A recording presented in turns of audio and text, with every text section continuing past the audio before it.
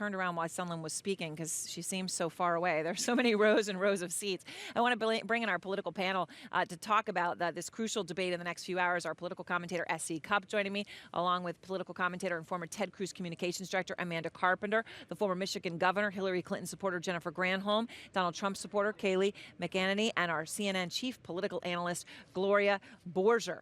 We are the women of the world here. Yeah, I love that. Way to go. All right. I just want to start off, Gloria, with, we were in Houston looking at a much smaller, more intimate space. This is a very big space. And a big part of what's happened in these debates thus far has been the booing and the clapping and the catcalling that may come from the audience. There's going to be a lot of people here tonight. There's going to be a lot of people here. We at CNN try to keep that to a minimum, and try and get the audience evenly divided that way, although Yes. Donald Trump has complained about that. There are going to be a lot of people here, but there are going to be fewer people on that debate stage.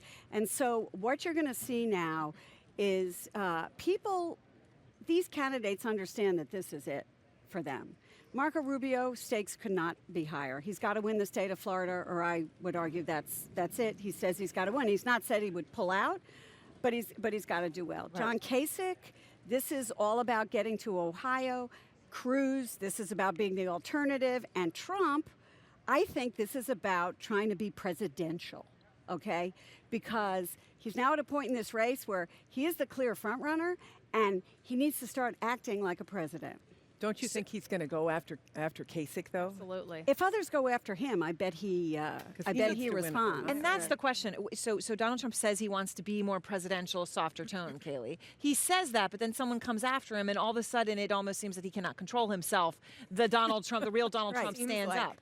Will he be able to hold back? I think he will. You know, we saw in the last debate exactly what you're mentioning, where he took this presidential tone in the beginning, but when he was attacked by Rubio, it descended quickly. However, Donald Trump, I think Literally, we're going to see, it descended. It did. I think we're going to see a different Donald Trump Literally. tonight, and he has to point to those moments. For instance, if Rubio calls him a con man, he needs to take that and turn it around to substance and say, really, I'm the con man? What about you, who were elected by the state of Florida but didn't show up to vote on the omnibus bill? You told them you were against amnesty before you were for amnesty. You are the real con man. He's got to use those moments and turn it to You don't substance. think you should call him Little Marco Yeah, again? listen, Donald Trump cannot change who he is. He has turned our debates into political performance art. That is not going to change tonight. It's just a matter of who he's going to aim the fire at. And I think you're absolutely right. John Kasich is performing pretty well in Ohio now. Donald Trump is saying, if I finish well, if I win Florida and Ohio, I'm the nominee. He's going to come after John Kasich. And John Kasich has not engaged in this so far. If he gets a hit and doesn't return fire, he's going to look really weak. Well,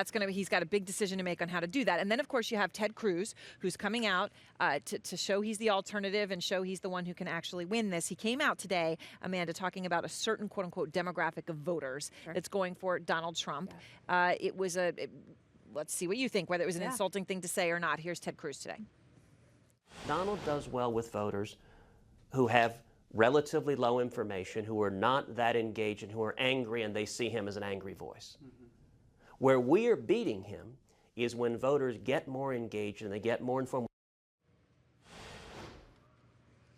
More informed. What does that mean? Is he just saying they don't know what they're talking about? Is he saying they're not intelligent? What is he trying to say? Well, here's the thing. Donald Trump supporters are attracted to his personality, the way that he projects strength. If his voters were concerned about his inconsistencies and policy positions, they wouldn't be Donald Trump supporters. And I think along the way, Cruz has learned that the base of Donald Trump support isn't going anywhere, and it's easier for him to get voters from other candidates like Marco Rubio, like John Kasich, than it is Donald Trump. But Desi, he's winning now. He's winning highly educated. He's winning people who are not highly educated. Yeah. He's winning across all demographics. Yes. Mm-hmm. Yeah, I don't think this was smart of Ted Cruz. For one, I think you can patently say it's patently false that Trump supporters are not engaged. A lot of these are first-time caucus goers. Trump is bringing out people who traditionally weren't engaged in the political process. And whether they, have researched his record or care, I don't really think is the point. And at some point, Ted Cruz hopes to get these voters. And at some point, if Ted Cruz does get these voters and makes it to a general election, he will need all of them to come out and support him. So I'm not sure that this was a politically wise way to frame this argument. I get his frustration, but I think he could have done a better job. We had Put up paused your for one feet and moment. Break out the popcorn. Yeah, That's all I can say from the Democratic's point of view. Exactly. All right, everybody, please stay with me. Donald Trump promising to soften his tone at tonight's debate. Does this really sound